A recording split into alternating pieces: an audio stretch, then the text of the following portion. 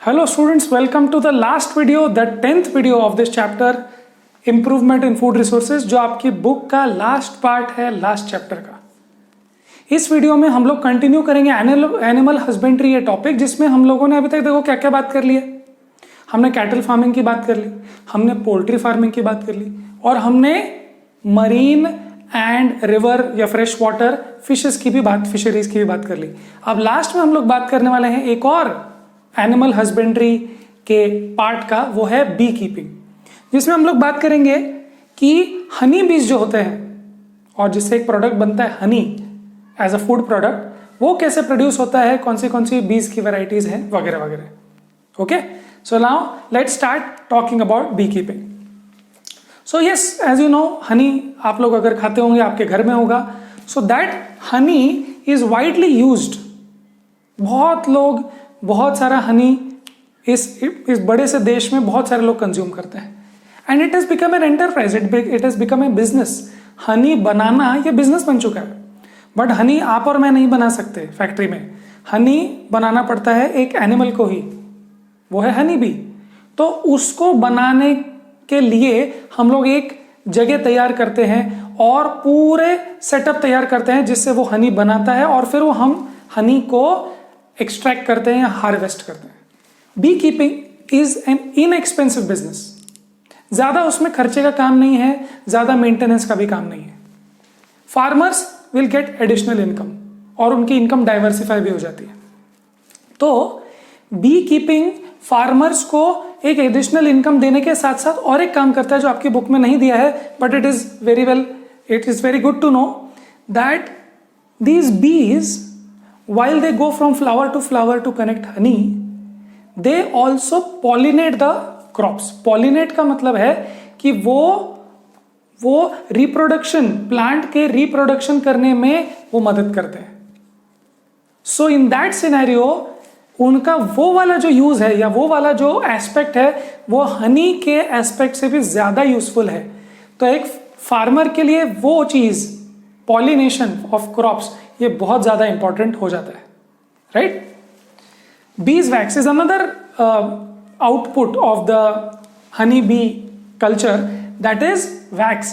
जो उनका हनी कॉम्ब होता है उसमें वैक्स भी स्टोर्ड होता है, और वो वैक्स के बहुत सारे यूजेस हैं। अगर आप इंटरनेट पे सर्च करो तो आपको बहुत सारे यूजेस दिखेंगे।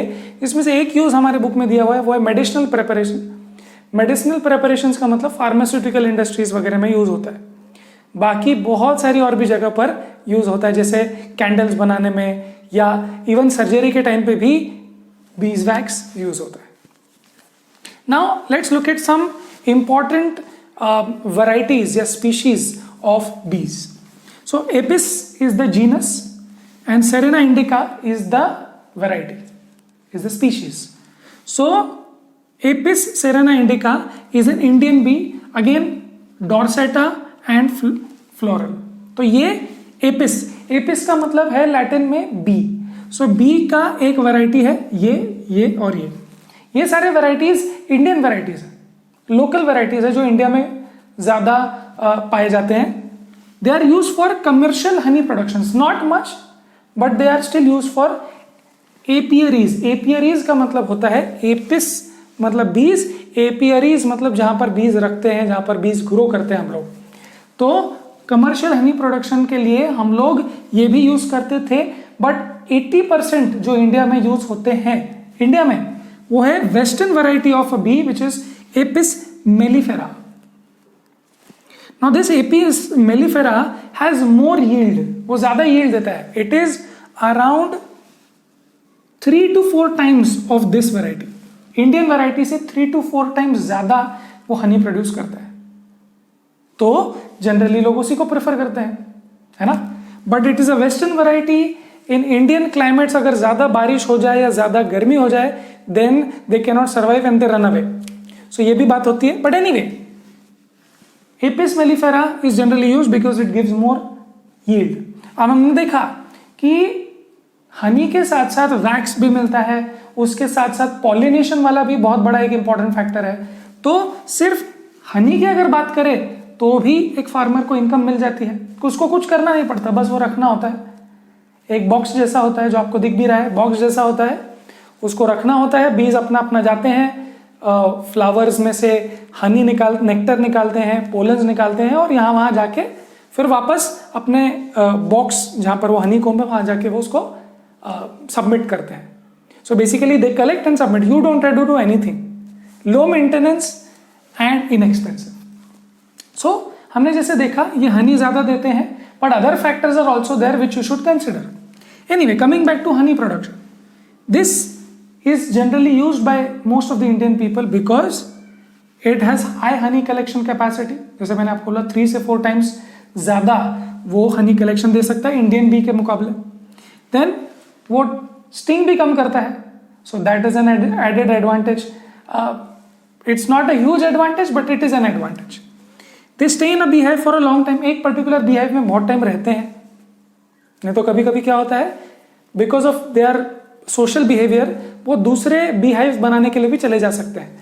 But these varieties stay for a long time and they breed well. बहुत अच्छा पॉपुलेशन ग्रोथ है जिसकी वजह से ज्यादा हनी बीज होंगे, ज्यादा वो लोग नेक्टर और पोलन कलेक्ट करेंगे, ज्यादा यहां से वहां फैलाएंगे pollens, and that is why the output will be better. So breed well, that means the population growth is well. Now honey आप देखो बीज क्या करते हैं, बेसिकली बीज क्या खाते हैं, सोचो. आई टेल यू, इसमें नहीं दिया हुआ है. बीज 2 चीजें खाते हैं, एक वो लेते हैं नेक्टर और एक लेते हैं पोलन. तो जो कि मैंने यहां भी लिखा हुआ है, नेक्टर एंड पोलन कलेक्शन. अभी नेक्टर क्या है, basically nectar is a source of energy for them.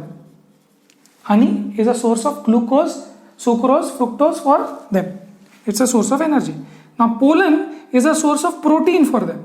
So ये दोनों कलेक्ट करते हैं, दोनों खाते हैं. ठीक है. अब वैल्यू और quality of Honey depends upon the पैस्चरेज. पैस्चरेज का मतलब पैस्चर, मतलब वो कहां पर अपना फूड कलेक्ट करने के लिए जाते हैं. सो फॉर एग्जाम्पल, अगर मैंने यहां पर अपने एक एपियरी लगाया, एक डब्बा है, उसमें पूरा हनी, वो हनी बीज का पूरा कॉलोनी वगैरह है सब कुछ, and these honey bees go out and look for pastures, look for flowers, जहां पर से वो नेक्टर और पोलन, मतलब कि एनर्जी एंड प्रोटीन वहां से वो ले सके. Now if suppose I am in a particular place in India जहां पर मैं देखता हूं कि इस टाइप के फ्लावर्स हैं मेरे आसपास, तो वो उस टाइप के फ्लावर्स में से हनी कलेक्ट करेंगे और उस टाइप का वो हनी बनेगा. तो वो हनी का टेस्ट भी अलग होगा, उसकी वैल्यू भी अलग होगी. Value and quality of honey will depend upon what flowers are there.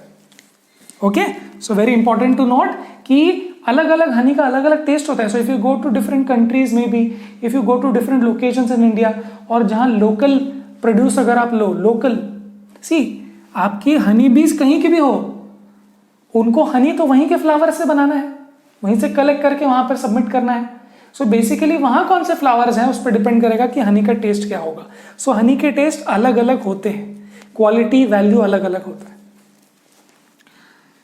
Adequate quantity of flowers are necessary for the apiaries. तो हमने देखा कि they breed well, बहुत पॉपुलेशन हो जाएगी, बट वो सारी पॉपुलेशन को जब जाके फ्लावर्स में से हनी कलेक्ट करना है, नेक्टर पोलन्स कलेक्ट करना है, तो उतने फ्लावर्स होने चाहिए.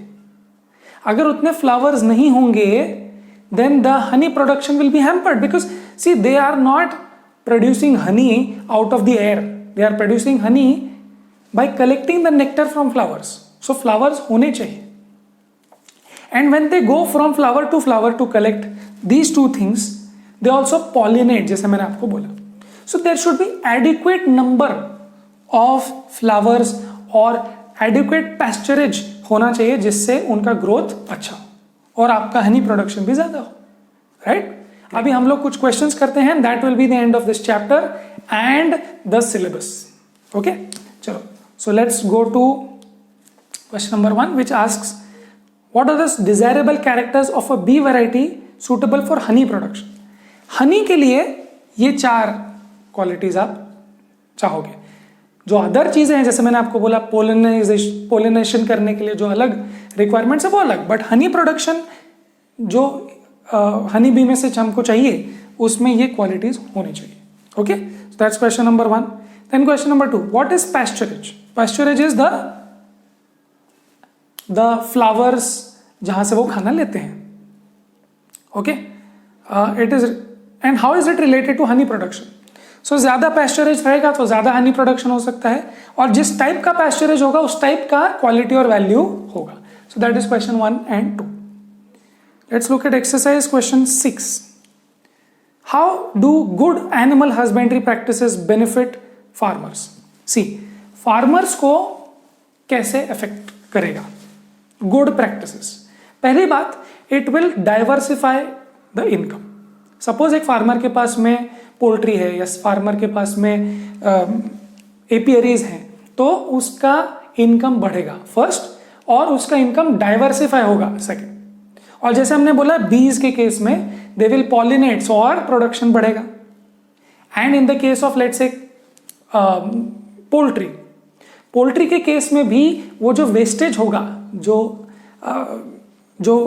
फार्म वेस्ट होगा वो आप पोल्ट्री को दे सकते हो. इन केस ऑफ कैटल जो काउ डंग निकलेगा वो आप मैन्योर की तरह यूज कर सकते हो. So it's a symbiotic relationship. So farmer के लिए additional income, diversify, and it is basically a symbiotic relationship जो यहाँ की चीज वहां यूज हो जाती है.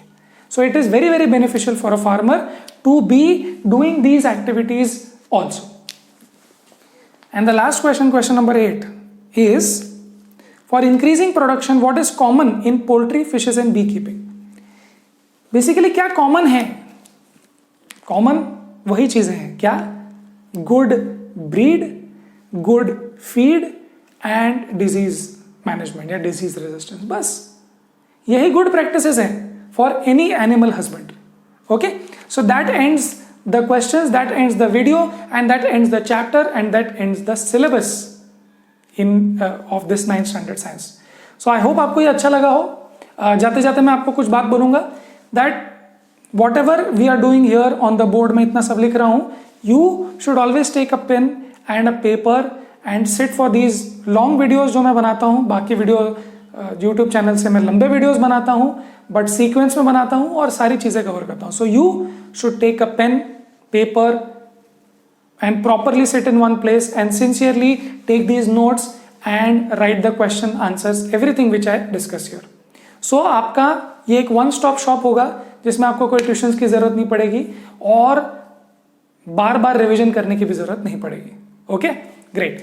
These videos if you find them very slow या फिर रिवाइज करने के लिए देख रहे हो, then you can always increase the speed to 1.25 times या 1.5 times या 1.75 times on YouTube.